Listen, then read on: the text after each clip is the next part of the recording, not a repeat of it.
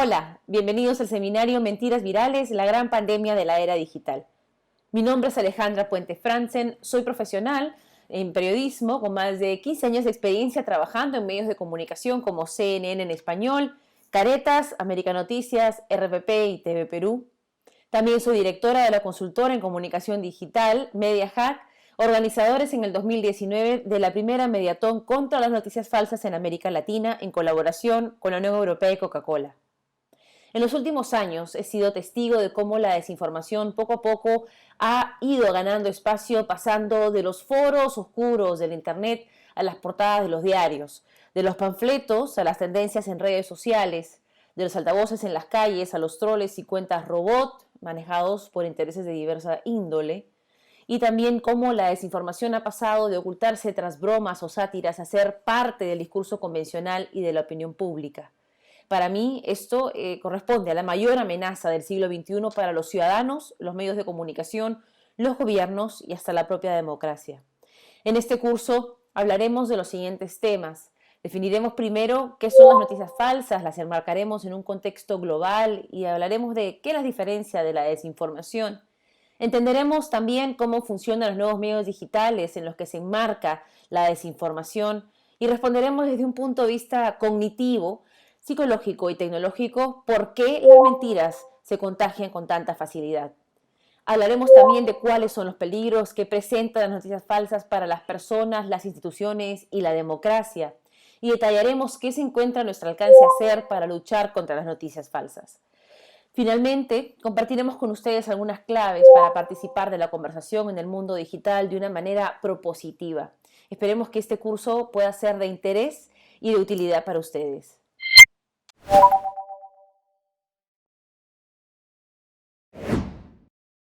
Comencemos con nuestro primer tema, entre la desinformación y las noticias falsas. Primero trataremos de darles un contexto de la magnitud del problema de la desinformación actualmente a nivel mundial. Luego trataremos de definir qué son las noticias falsas, su diferencia con la desinformación y daremos algunos ejemplos de desinformación muy concretos para que podamos identificarlos en un futuro. La mayoría de las personas cree que es capaz de diferenciar entre una noticia falsa y una verdadera. Pero ¿qué pasaría si de la noche a la mañana todos los medios digitales se ven invadidos por este tipo de desinformación y en un contexto incierto como la propagación de la COVID-19 y pandemia global, en el que los médicos y los científicos tienen muy poca información sobre el tema? Bueno, eso es exactamente lo que ha pasado. Y vemos en el portal neutral.es, una organización dedicada al fact-checking en España, cómo se reportó un incremento estrepitoso de denuncias de supuestos bulos o noticias falsas, como se le dice en España, en su plataforma de WhatsApp a partir de abril del 2020, la mayoría de estos relacionados al COVID-19. En una encuesta realizada por Pew Research Center en Estados Unidos, vemos el efecto que tiene este bombardeo de desinformación en la capacidad de las personas para poder discernir entre lo que es real y lo que es falso en redes sociales. Esta siguiente encuesta realizada por Pew Research Center en Estados Unidos nos da a entender precisamente del problema que se genera en las personas en la habilidad para diferenciar una noticia creada de una noticia real cuando somos bombardeados por desinformación en un contexto de crisis como la pandemia por COVID-19. Esta encuesta, que fue realizada entre marzo y junio, reveló la creciente proporción de estadounidenses que cree que el brote ha sido exagerado y que el virus ha sido inventado por personas de poder. Por ejemplo, de abril a julio, la proporción de personas que pensaba que el brote había sido exagerado aumentó de 29% a 38%. Este aumento es especialmente preocupante entre republicanos. Para abril, 47% de los republicanos creía que el brote por COVID-19 era una exageración. Para julio, el 63% de republicanos creía que el brote por COVID-19 era una exageración. Asimismo, de las personas que aseguran haber escuchado la teoría de conspiración que dice que el coronavirus fue creado por personas en posiciones de poder, 36% asegura que esta teoría de conspiración es definitivamente o probablemente cierta, una cifra equivalente a la cuarta parte de todos los estadounidenses. Aquellos también que confían en Donald Trump, según este estudio, o que creen que el virus ha sido creado por personas en posiciones de poder, encuentran difícil determinar qué información que reciben a través de medios digitales es real y qué información es falsa. Estas personas también reportan recibir con mayor frecuencia desinformación o información a través de redes sociales, lo cual nos demuestra que mientras más volumen de información recibimos, más difícil se nos hace a las personas distinguir qué información es real y qué información es falsa. Bueno, y esta reciente encuesta, realizada entre marzo y abril del 2020 por el Centro de Analítica y Recursos Abiertos de Comunicación de la Universidad de Cardiff en el Reino Unido, reveló que el 51% de las personas reportaron haber visto algún tipo de desinformación o noticia falsa de COVID-19 en el último mes. De los encuestados, el 12% reportó haber compartido alguna noticia falsa o desinformación, algo que revela cuán prevalente ha estado este fenómeno durante la pandemia. Ahora que ya tenemos el contexto y la magnitud del problema, entremos a la definición. ¿Qué es una noticia falsa? Las noticias falsas son un tipo de desinformación que imita formatos periodísticos o trata de hacerse pasar por un medio periodístico imitando sus gráficas. Casi siempre da información engañosa o falsa, tiene el objetivo de engañar o inducir a las personas al error y no siempre es confiable. Bueno, les coloco aquí un ejemplo de una noticia 100% falsa. Analicémosla más de cerca. ¿Por qué es falsa?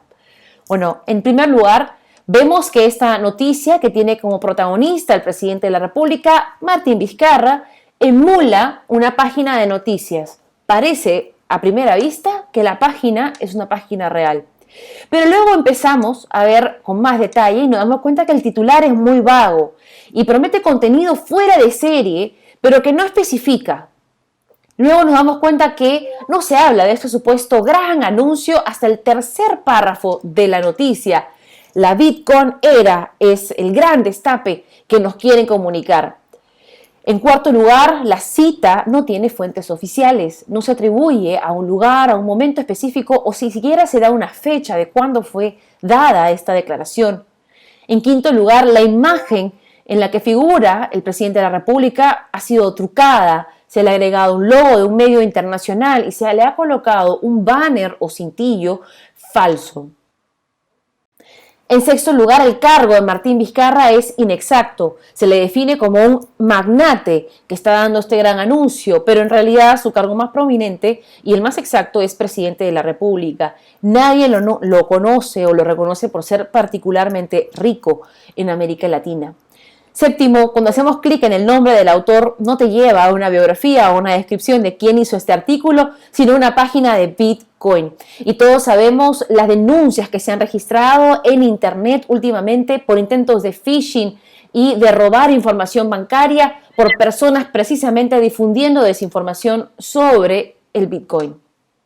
Ahora, ¿qué diferencia una noticia falsa de la desinformación? Mientras las noticias falsas son un tipo de información que emula formatos periodísticos, da información engañosa y tiene como objetivo engañar, la desinformación es una categoría más grande y normalmente también incluye a las noticias falsas dentro de ese paraguas.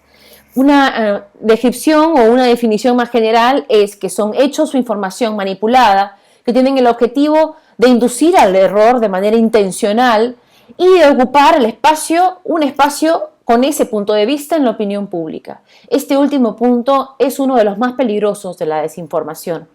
Y es importante también señalar que hoy se prefiere hablar de desinformación debido a que hablar de noticias falsas podría inducir a las personas a desconfiar de los periodistas y de los medios formales, que si bien a veces se equivocan, en la mayoría de los casos tratan de comunicar la verdad y cuando se equivocan, presentan correcciones con nombre y apellido. Bueno, los expertos han identificado 7 tipos de noticias falsas, o estos son los que se registran con mayor frecuencia, y se los vamos a detallar a continuación con ejemplos para ayudarlos a diferenciar entre ellas. En primer lugar, contenido inventado. Este tipo de contenido es completamente falso, como el ejemplo que usamos que dice: nunca olvides que Bill Gates fue expulsado de la India por dejar a 47,000 niños lisiados, resultado directo de su vacuna contra la poliomielitis. Bueno, ni Bill Gates fue expulsado de la India, ni una vacuna ha dejado discapacitado a nadie en la India. Luego, contenido impostor. Este contenido suplanta fuentes. Es un tipo de contenido muy peligroso porque puede hacer creer a las personas que la fuente es oficial y hacerlos hacer cosas como dar su información bancaria, por ejemplo, para recibir este bono de ayuda familiar, cuando es completamente falso. Este desmentido corresponde a la presidencia de la República. Otro ejemplo muy frecuente, especialmente en contextos de campaña política, es el contenido manipulado.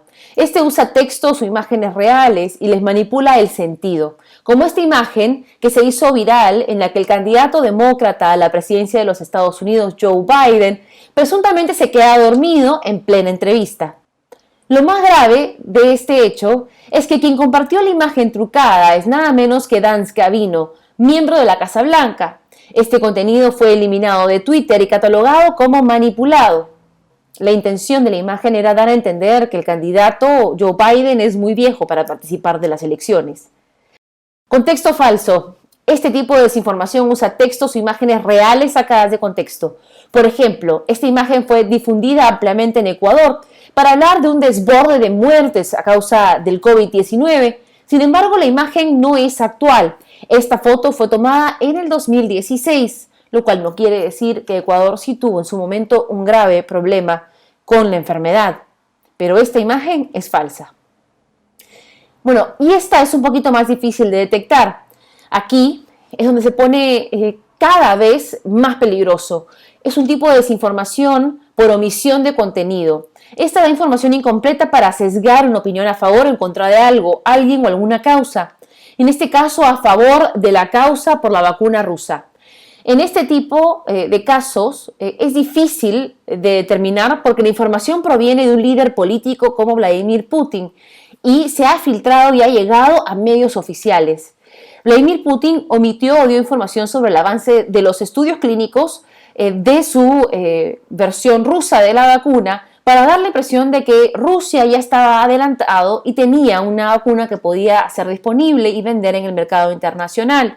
Sin embargo, esta aún no estaba lista ni tampoco había pasado por las fases que requiere la comunidad científica internacional para probar que es una vacuna segura. Tampoco se encontraba en la lista de candidatas de la OMS. El titular de CNN tiene una manera más acertada de tratar este tipo de desinformación que proviene de líderes políticos. Hay precaución internacional por la vacuna rusa contra el COVID-19, a diferencia de este otro titular que solo toma los dichos de Putin como reales y los pone en primera plana. Otro tipo de desinformación es la conexión falsa. Esta da información que no concuerda. En este caso, la imagen fue manipulada y la persona que la tomó le pegó un sticker de alto en azúcar a una Coca-Cola sin azúcar para inducir a las personas a pensar que existe una incongruencia entre lo que dice el etiquetado y el contenido de la bebida. Finalmente, la última forma de desinformación que mencionaremos es la sátira o parodia. Esta utiliza la ironía para engañar. En este caso, para infundir miedo en contra de las vacunas y en contra de Bill Gates, que ha sido señalado como el culpable por las teorías de conspiración de la creación del coronavirus. Esta foto busca hacer creer a las personas que al dejarse inyectar la vacuna se va a implantar en nosotros un chip creado por Bill Gates que podrá manipular nuestro comportamiento. Esto, por supuesto, es falso. Bueno, estos son los tipos de noticias falsas. Conocerlas nos van a ayudar a entrenar nuestra mirada para detectarlas con mayor facilidad en el futuro y así estar prevenidos contra el engaño.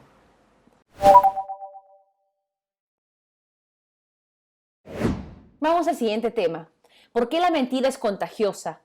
Para poder hablar de este tema tenemos que mencionar los nuevos medios digitales como el escenario que ha empujado a que las noticias falsas tengan cada vez mayores componentes de viralidad. Luego detallaremos cuáles son los factores cognitivos, psicológicos y tecnológicos que ayudan a la difusión y propagación de la desinformación. Empecemos entonces con esta cita. Una mentira puede dar la mitad de la vuelta al mundo mientras la verdad se pone los zapatos. Esta cita es atribuida a Mark Twain y es utilizada con mucha frecuencia para hablar de la desinformación, aunque seguramente en la época de Twain, allá por los 1800, la desinformación viajaba un tanto más lento. Hoy la frase no deja de tener relevancia, especialmente cuando la desinformación se produce hoy a la rapidez de un clic. Un dato curioso de esta cita es que hay muchas razones en el mundo académico para dudar que Mark Twain sea efectivamente el autor de la misma, confirmando de manera profética que la frase es más real y está más vigente que nunca. Bueno, tal parece ser que la frase fue sacada de contexto y es originalmente del poeta Jonathan Smith, que en el siglo XVIII dijo: la falsedad vuela y la verdad la sigue cojeando. De la misma forma, el mensaje está vigente hoy.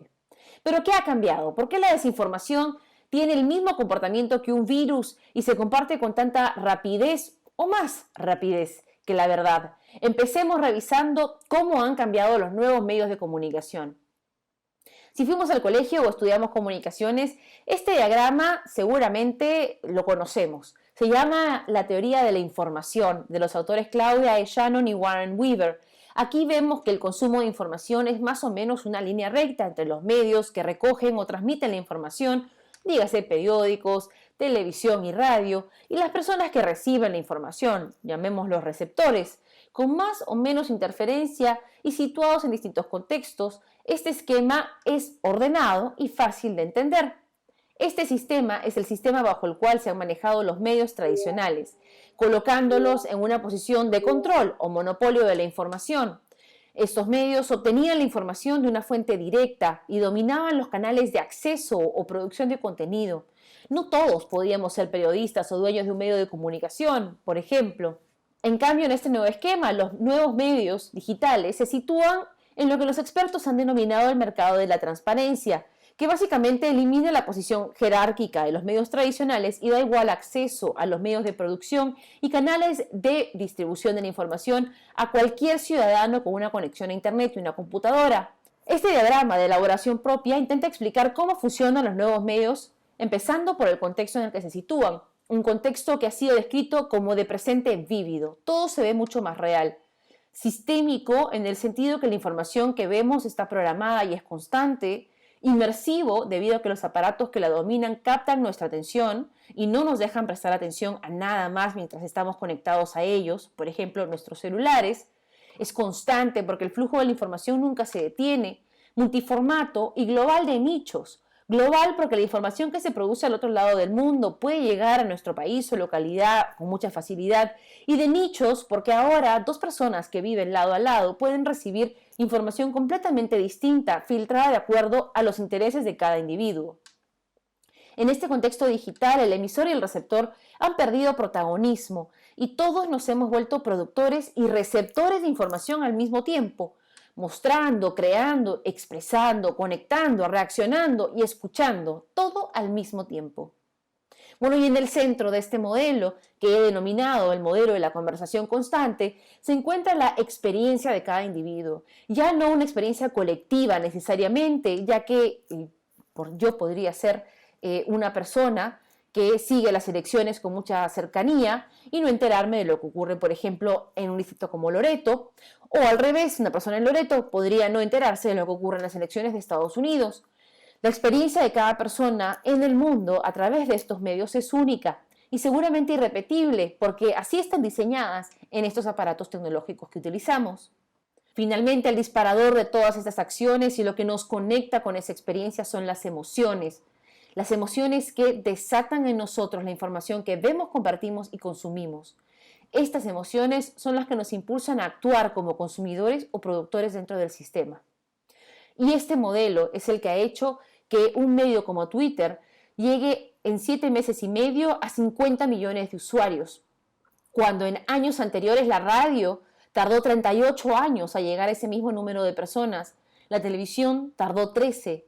Y eso sin pensar en los nuevos medios como TikTok, que han revolucionado el concepto de viralidad bajo este mismo modelo. Ahora, hablemos de los factores. ¿Por qué este modelo de los nuevos medios funciona? ¿Qué hechizo ha caído sobre la humanidad para que estemos tan conectados en los espacios digitales? Hablemos primero de los factores cognitivos. Las cifras pre-COVID decían que las personas usaban las plataformas digitales, redes sociales y demás entre 6 y 7 horas al día en promedio a nivel mundial. Si separamos las estadísticas a los menores de 15 años, la cifra asciende entre 8 a 10 horas de tiempo frente a la pantalla. Pensemos por un minuto cuánta información podemos consumir de forma directa o indirecta mientras navegamos durante 6 o 7 horas en nuestro celular. ¿Cuánta de esa información es realmente falsa? ¿Con cuánta frecuencia nos hemos parado a corroborar? Esto es bien complicado, ¿verdad? Un segundo factor fisiológico que nos juega en contra de las personas y a favor de la desinformación es que nuestro cerebro es instintivo. Cuando detectamos una amenaza, reaccionamos inmediatamente con una acción para aliviar esa sensación. Y en ese sentido, si sentimos de alguna forma que la información que recibimos es importante y estamos, por ejemplo, distraídos haciendo otra cosa, nuestro primer instinto va a ser compartirla antes de siquiera procesar la información con la parte lógica y racional de nuestro cerebro.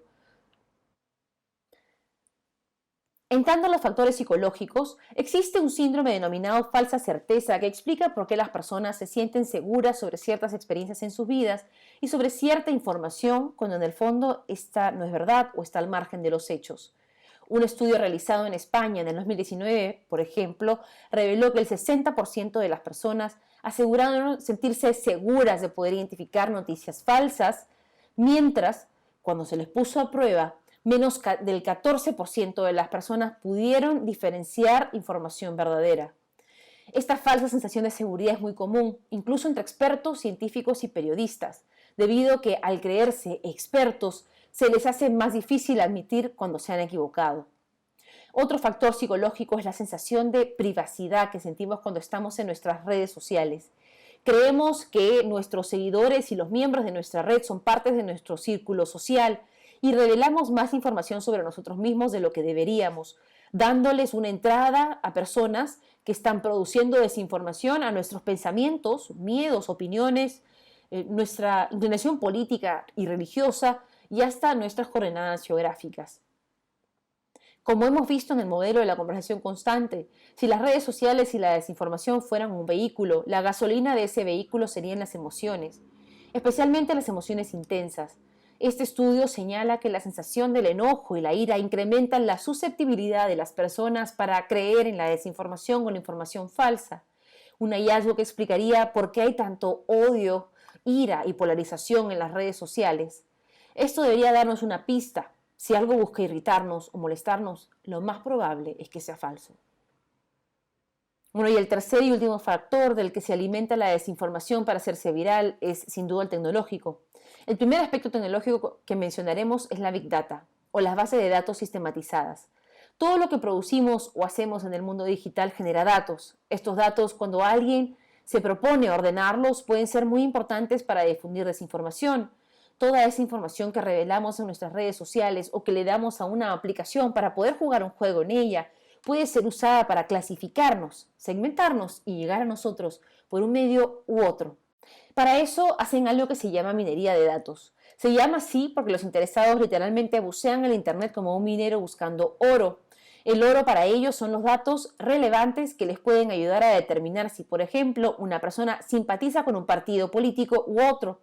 En este estudio que vemos aquí, develando climas de opinión por medio de la minería en redes sociales, se pudo determinar las inclinaciones políticas de las personas participando de una conversación pública. A juzgar por el mapa, el debate estaba bastante polarizado, ¿verdad? Pero los puntos rojos y azules no son los que les interesan.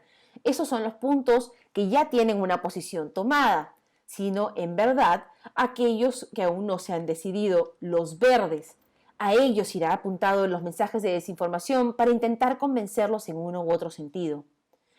Finalmente, la inteligencia artificial en forma de cuentas robot es muy peligrosa. Estas son cuentas falsas manejadas por computadoras de forma sistemática y ayudan a viralizar la información.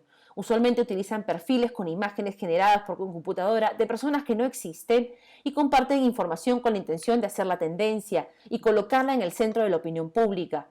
Estos temas que son utilizados para ser colocados en el centro de la opinión pública buscan manipular y dirigir el norte de la conversación con fines políticos o simplemente interesados.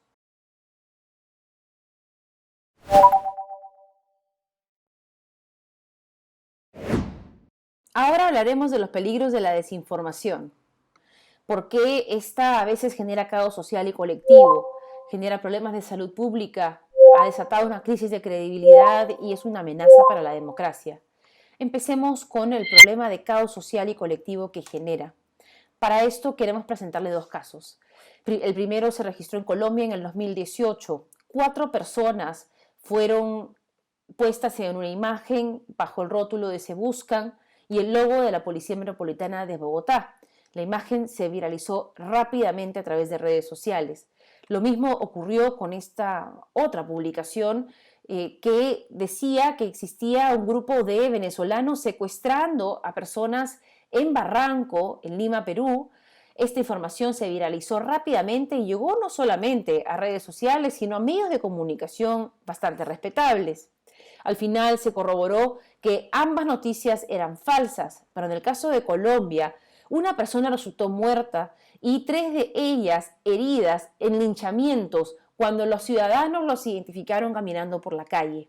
En el caso peruano, el desmentido del Ministerio del Interior no igualó el alcance de la noticia viral. También vemos que las noticias falsas son capaces de generar caos colectivo. Lo hemos registrado en las numerosas protestas a nivel internacional que se reportaron en el 2019. 2 en simultáneo, una en Hong Kong en octubre y otra en Chile en el mismo mes. Si bien las protestas de Hong Kong tenían motivos muy válidos, las imágenes que se difundían sobre, por ejemplo, personas muertas en una estación de metro eran falsas y ayudaban a generar mayor sensación de incertidumbre en los manifestantes, haciendo que muchas de estas protestas se tornen violentas y la represión policial se recrudezca. Lo mismo ocurrió en Chile. Esta imagen que vemos es falsa y está ayudando a generar o ayudó a generar en esa época mayor descontento entre los protestantes y los manifestantes que ya se encontraban bastante molestos con el sistema. El problema con la desinformación que se filtra dentro de reclamos válidos por parte de la ciudadanía y que puede empujar a veces a que estas protestas se enaltezcan y terminen en violencia, es que los gobiernos no tienen con quién negociar. Estas protestas no son motivadas por movimientos políticos, organizaciones o líderes sindicales. No tienen una persona que les lleve un pliego de reclamos al Ejecutivo para que puedan tomar decisiones. Son protestas espontáneas que nacen en redes sociales, toman las calles y al final el gobierno no tiene con quién negociar. Es decir, no se puede llegar a ningún acuerdo para acallar las demandas y acabar con el caos social y tampoco se puede llegar a ninguna solución para los ciudadanos.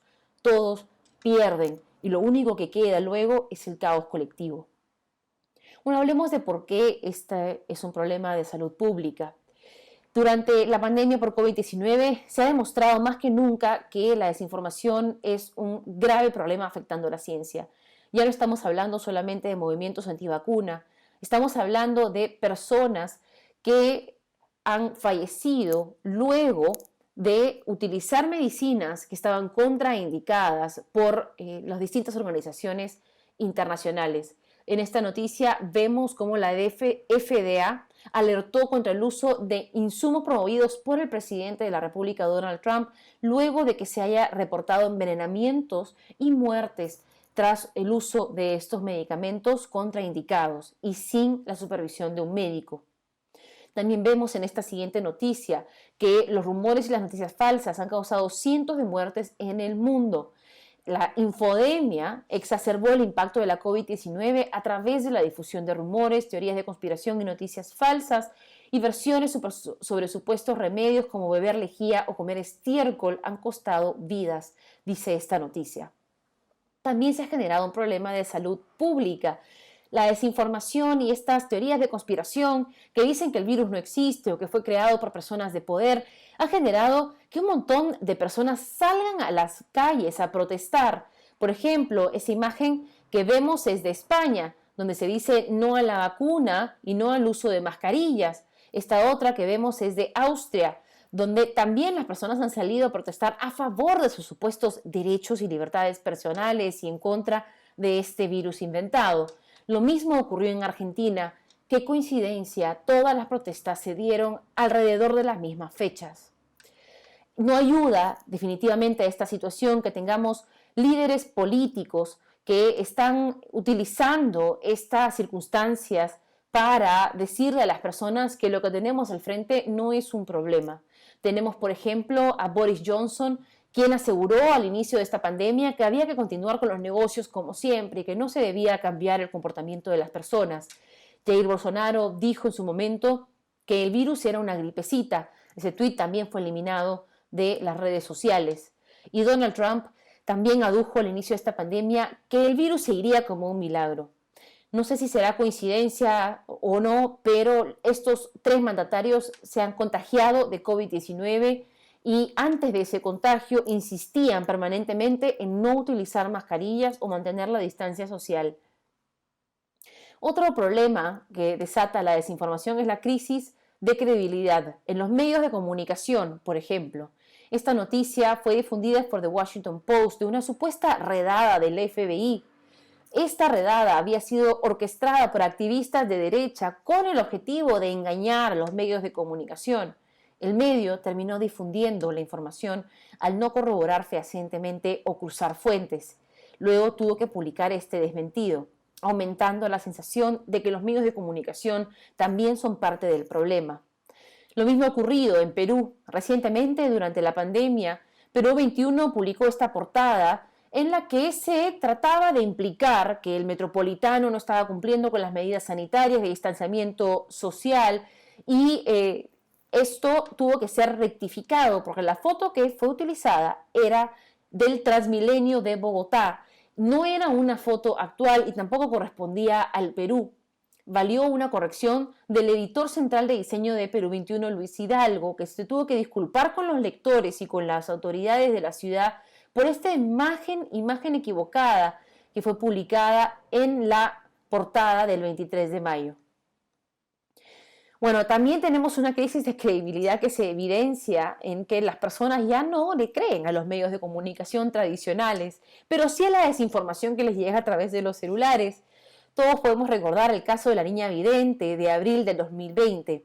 Ella supuestamente habría hablado con Dios y le había advertido a la gente que no debían salir de sus casas el martes 21 de abril porque todos íbamos a morir si salíamos a la calle. Bueno, resulta que esa información, que es evidentemente falsa y no pasó nada ese 21 de abril del 2020, sí generó un cambio en el comportamiento de las personas en el Perú. Según este reporte de Community Mobility Reports de Google, la semana siguiente en la que se publicó esta información falsa, se redujo en un 5% la movilidad de los peruanos. Esta movilidad reportada a través del movimiento y la señal de nuestro celular.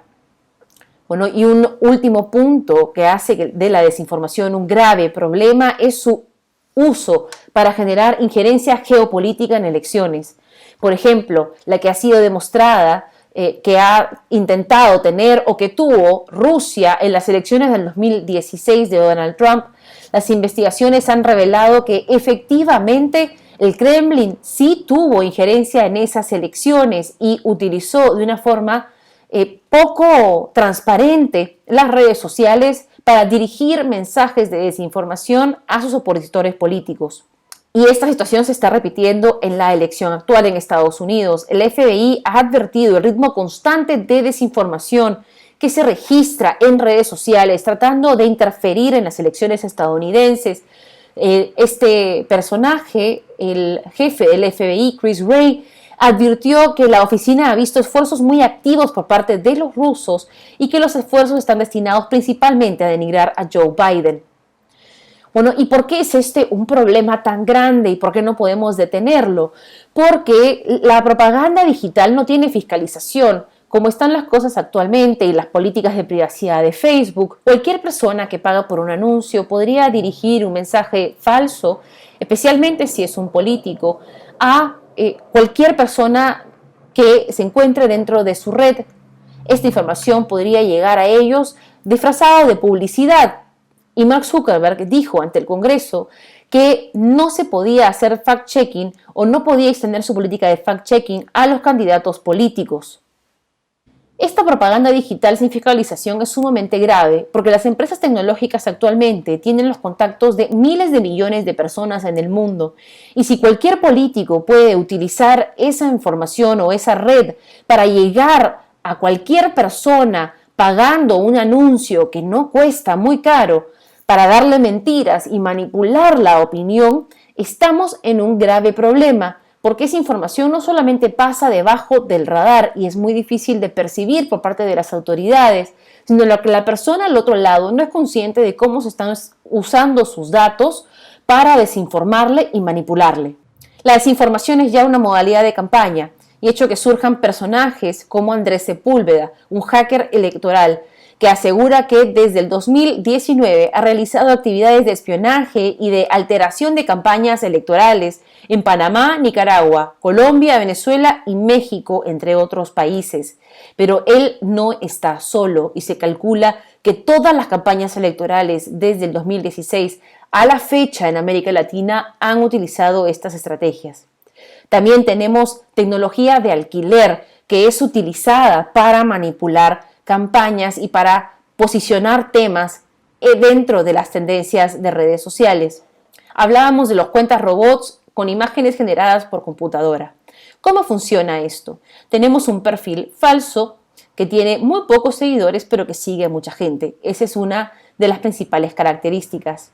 Luego, este es un ejemplo de las protestas en Chile de octubre del 2019. Esta cuenta falsa publica una imagen que habla de supuesta violencia por parte de los carabineros o la policía en Chile contra los manifestantes y en este caso atropellando a un perro. Esta imagen, si nosotros hacemos una búsqueda inversa en Google, nos damos cuenta que data de otra fecha y de otro país en el mundo, es decir, es una imagen sacada de contexto, utilizada para generar más indignación dentro de un contexto ya acalorado como eran las protestas en Chile. Si analizamos quiénes siguen a esta cuenta, nos damos cuenta que son otras personas que tienen perfiles falsos de imágenes generadas por computadora y que suelen compartir información sobre los mismos temas y se suelen compartir entre ellos. Estas personas que tienen también perfiles falsos generados por computadora se comparten constantemente y comparten sobre los mismos temas. Estos temas suelen ser muy diferentes entre sí, porque como son cuentas alquiladas, un día pueden estar compartiendo información sobre K-pop y el día siguiente compartiendo información sobre las protestas en Chile o sobre las protestas en Venezuela. Y esto ya ha sido identificado por las autoridades, específicamente el ejército de los Estados Unidos. En esta noticia vemos cómo en el 2019 incluso se pusieron en autos para perseguir ataques sistematizados de desinformación con fines electorales. El ejército en Estados Unidos destinó un gran presupuesto para poder encontrar dentro de 500.000 historias, fotos, videos, audios y clips falsos algunos patrones que los puedan generar tecnología para identificar desinformación a gran escala cuando ésta pretende manipular a la población en contextos electorales. ¿Y cómo pueden hacer esto? ¿Por qué la desinformación es cada vez más peligrosa para la democracia? Porque la tecnología es cada vez más sofisticada. La inteligencia artificial, que puede servirnos para generar grandes efectos especiales en películas de Hollywood, hoy puede ser utilizada por un programador en su casa para generar imágenes completamente falsas de manera imperceptible. Veamos este video. Este video de Volver al Futuro, que es una película muy querida en el mundo, ha sido cambiado para que los personajes principales sean reemplazados por Tom Holland y Robert Downey Jr., actores de la saga The Avengers. Este video lo hizo un fanático en su casa. Agarró un clip de la película Volver al Futuro, agarró una imagen de sus dos actores favoritos de The Avengers y a través del estudio de sus gestos y de sus expresiones, pudo con un algoritmo entrenado por la computadora reproducir la escena con los rostros de Tom Holland y Robert Downey Jr. Traslademos esto a un escenario político. y vemos cómo se pueden manipular imágenes como la de la presidenta de la Casa de Representantes, Nancy Pelosi, que un video de una aparición de ella en una charla fue manipulado para hacer parecer que estuviera borracha, o este otro que fue hecho por un activista, Spectre, que trató de emular la voz del presidente de ese entonces de la República, Barack Obama, y hizo un anuncio a la nación en la que insultaba a varios personajes políticos utilizando el rostro de Barack Obama. Pero esto no es lo más peligroso. Lo más peligroso es que la tecnología está al alcance de todos. Por ejemplo, MediaHack quiso hacer el intento y logró encontrar un algoritmo para generar un deepfake, como se llama, o una imagen con inteligencia artificial, un video de inteligencia artificial. Nos tomó 24 horas descifrar el código que encontramos en una página web y traducirlo a algoritmos que tengan así de un lenguaje actual. 72 horas para hacer nuestro primer modelo de entrenamiento y 92 horas para tener un video hecho. El nuestro se ve muy artesanal porque no contamos con los procesadores lo suficientemente poderosos para hacer uno de buena calidad, pero aquí está el que nos tomó 92 horas hacer. Frente a un adelanto de elecciones, hay grupos nuevos que se están formando que podrían ser realmente mucho más efectivos. Ese video es manipulado de la ex vicepresidenta de la República, Mercedes Arauz, en un momento crítico, si recuerdan, cuando el presidente Martín Vizcarra buscaba cerrar el Congreso. Este video, si hubiera sido hecho con una mayor calidad o utilizando mejor tecnología, seguramente hubiera podido generar mucho daño. Pero la tecnología está muy cerca, en realidad, de hacer imágenes imperceptibles. Este otro que vamos a compartir a continuación lo hizo el gerente de innovación de MDP Consulting, Luis Sakihama, para demostrar cómo funcionaba la inteligencia artificial. Lo que él hizo fue bajarse un algoritmo de internet que permitía poder usar de portada para tus llamadas de Zoom una foto, por ejemplo, del presidente de la República. Así podías tener llamadas virtuales simulando o utilizando el rostro de tu actor favorito o de tu político favorito.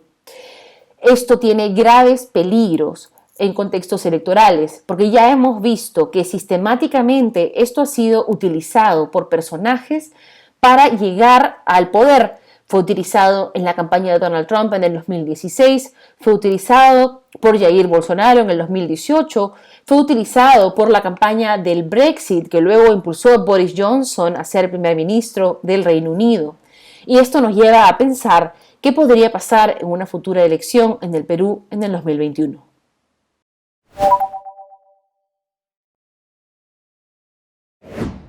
Bueno, ya hablamos de los peligros de la desinformación y estamos atentos a cómo esta puede generar un grave daño en nuestra sociedad si es que no les ponemos un freno. Ese es el tema de esta última parte de la exposición. ¿Qué freno podemos ponerle a las noticias falsas y la desinformación? ¿Qué están haciendo las empresas de tecnología? ¿Qué pueden hacer los ciudadanos? ¿Con qué herramientas contamos los periodistas? ¿Cómo verificamos la información?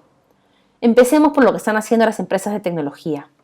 Twitter, por ejemplo, ha lanzado un nuevo sistema de etiquetado para poder identificar noticias falsas en su plataforma dependiendo del daño potencial que puede generar la información. Incluso estos tweets, si son destinados o catalogados como muy peligrosos, podrían ser eliminados de la plataforma. Veamos algunos ejemplos. Este video que difundió Donald Trump, que está utilizando una imagen manipulada con un logo falso de CNN, fue catalogado como media manipulada por Twitter. Este catálogo o esta etiqueta reduce también la viralidad del tweet o el potencial de viralidad del tweet. En el caso del tweet que mostramos de Dan Scavino, también se calificó como media manipulada, pero se puso un título rojo y se eliminó el video al ser completamente falso y mostrar al candidato Joe Biden, entre comillas, durmiendo cuando la imagen había sido montada. También vemos este caso en un país latinoamericano en el que se borraron tweets del presidente de Brasil, Jair Bolsonaro, por promover que las personas salgan a la calle sin mascarillas en el momento más duro de los contagios en su país. También hemos visto cómo WhatsApp implementó una herramienta que limitaba el reenvío de los mensajes que llevaban a través de esta red social para evitar la propagación de desinformación en torno al COVID-19. Y también vemos cómo se han hecho algunos esfuerzos por parte de Facebook por contratar a fact-checkers y personas que puedan catalogar la información de acuerdo a su veracidad y credibilidad. Pero este reporte de una ex empleada, una ex ingeniera de Facebook, nos da a entender que no se está haciendo mucho por parte de esa plataforma para realmente disminuir la difusión de la desinformación.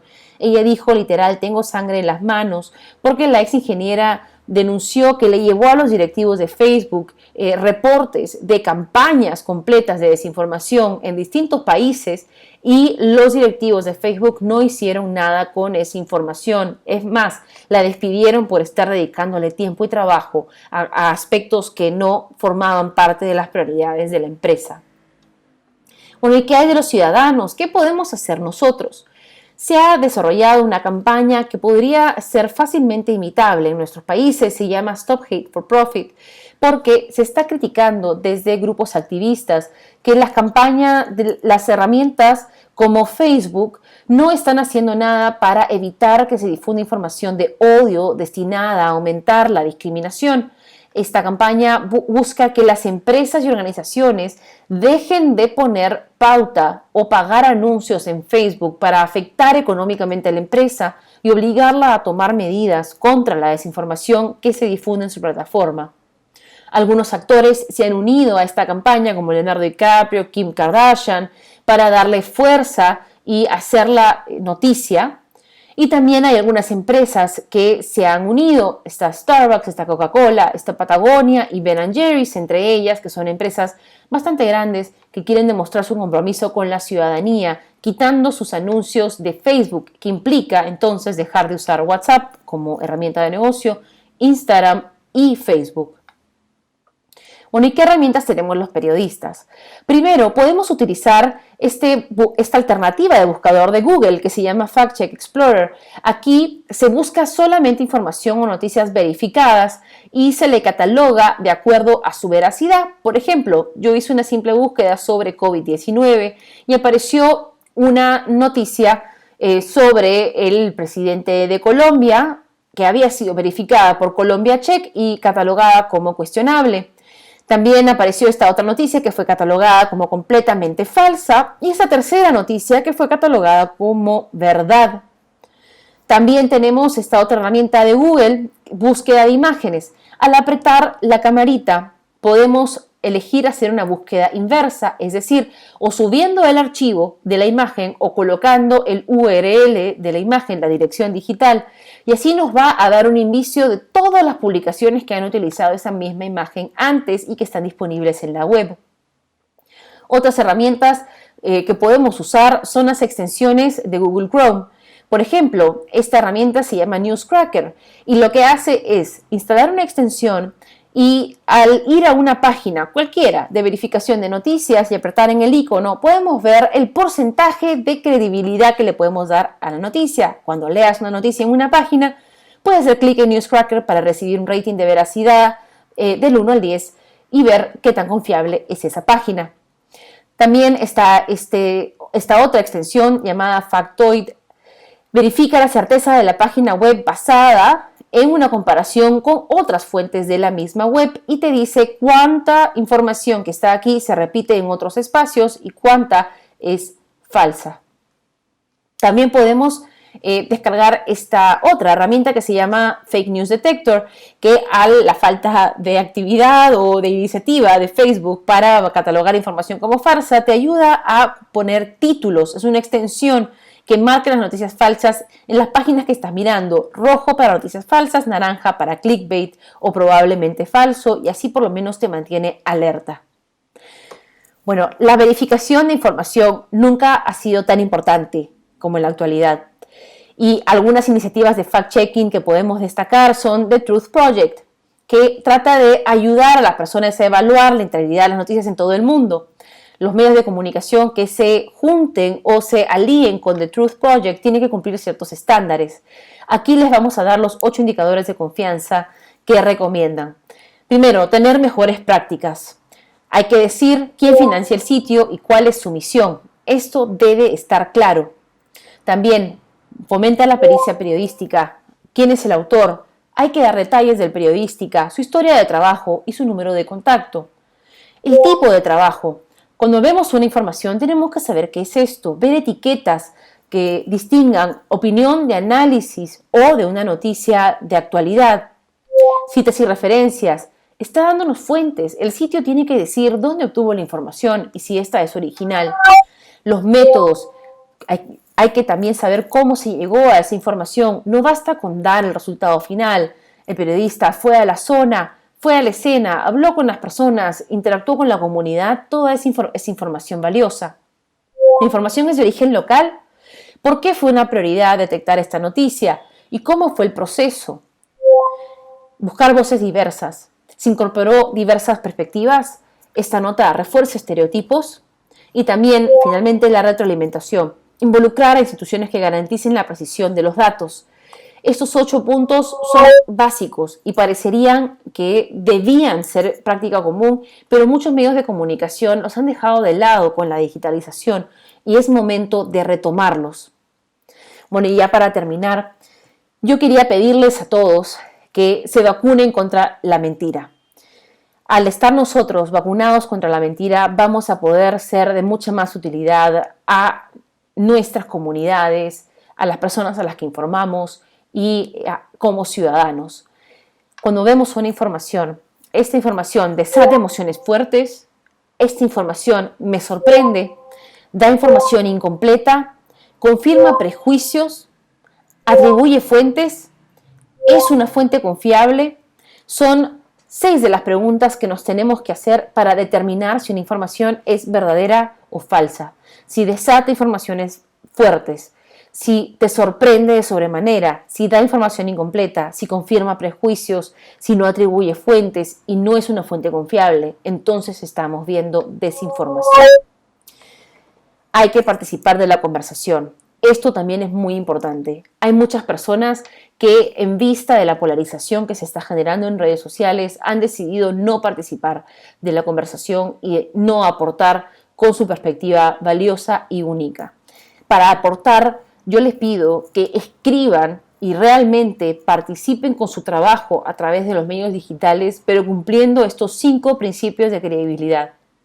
Primero, cuando vas a publicar algo, tu información o lo que estás diciendo convive, es decir, los otros no son tus enemigos, estás tratando a las personas con tu información como parte de tu comunidad. Luego, sé plural, acepta la variedad de ideas, no te enfrentes a los demás solo porque piensan distinto.